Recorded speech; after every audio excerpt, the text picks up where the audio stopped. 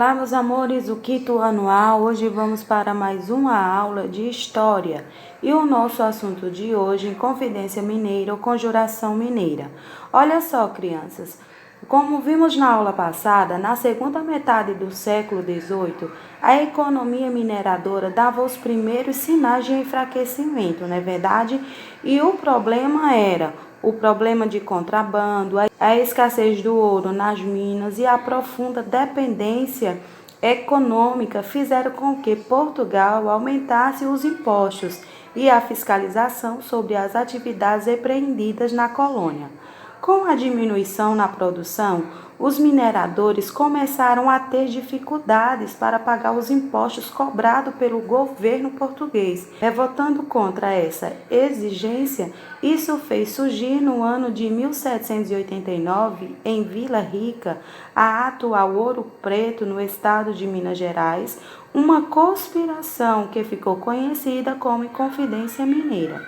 Desse movimento fazia parte idealistas intelectuais, padres, comerciantes e a elite mineira. Mas entre eles destacou-se um homem simples e muito corajoso. Ele era, meus amores, dentista, ambulante, mascate, garimpeiro e militar, chamado de Joaquim José da Silva Xavier e apelidado, como nós conhecemos hoje, por Tiradentes. Olha só, alguns fatores determinaram esse movimento. Foram estes: a cobrança excessiva de imposto com taxas altíssimas, o decreto da derrama, expedindo para cobrar os impostos atrasados, obrigando os mineradores a entregarem seus bens para saldar as suas dívidas.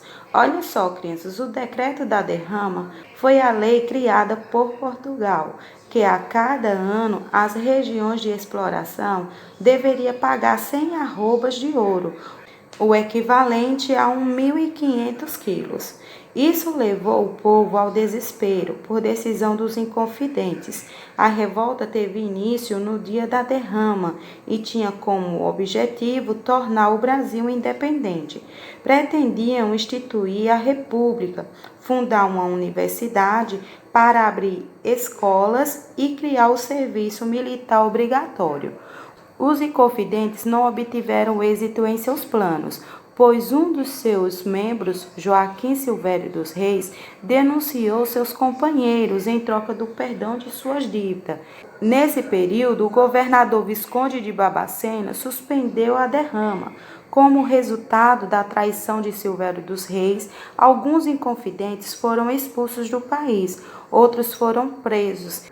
E seu principal líder, Tiradentes, foi enforcado e esquartejado no dia 21 de abril de 1792, na cidade do Rio de Janeiro. Apesar de frustrada, a Inconfidência deixou uma semente da luta pela liberdade. Como vimos aqui, meus amores, que os inconfidentes eram o quê? Eram os intelectuais, idealistas, alguns muito ricos que queriam a independência do Brasil e a proclamação da República.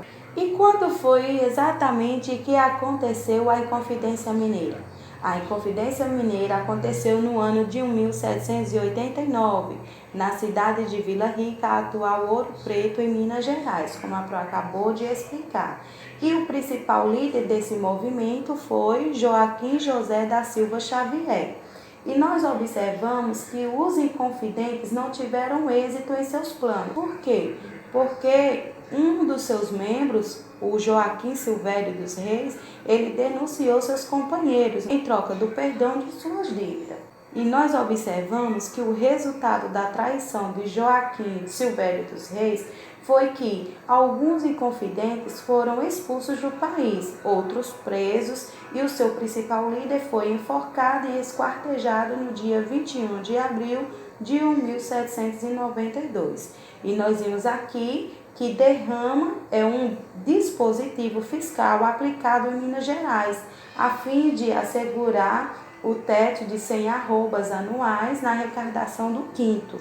Como também nós vamos perceber que os fatores que determinaram a Inconfidência Mineira foi a cobrança de impostos com taxas altíssimas e o decreto do derrama, expedindo assim para cobrar os impostos atrasados, obrigando os mineradores a entregarem seus bens para saldar as suas dívidas. Nós observamos que a Inconfidência deixou uma semente de luta pela liberdade.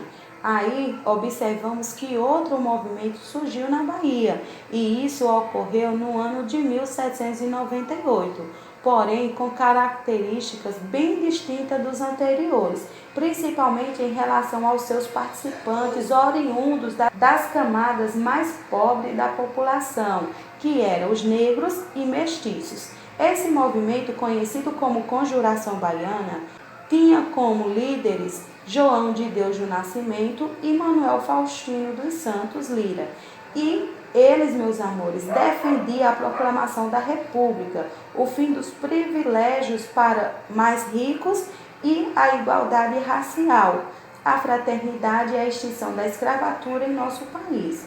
Os conspiradores convocaram a população a participar da luta por meio dos papéis manuscritos, colocados nos muros da cidade. Ao serem descobertos no ano de 1799, foram presos e enforcados em Salvador, no estado da Bahia. Então, nós observamos que a capitania onde aconteceu a Conjuração Baiana foi em Salvador. E o que aconteceu com os conspiradores da Conjuração Baiana, eles foram presos e também enforcados.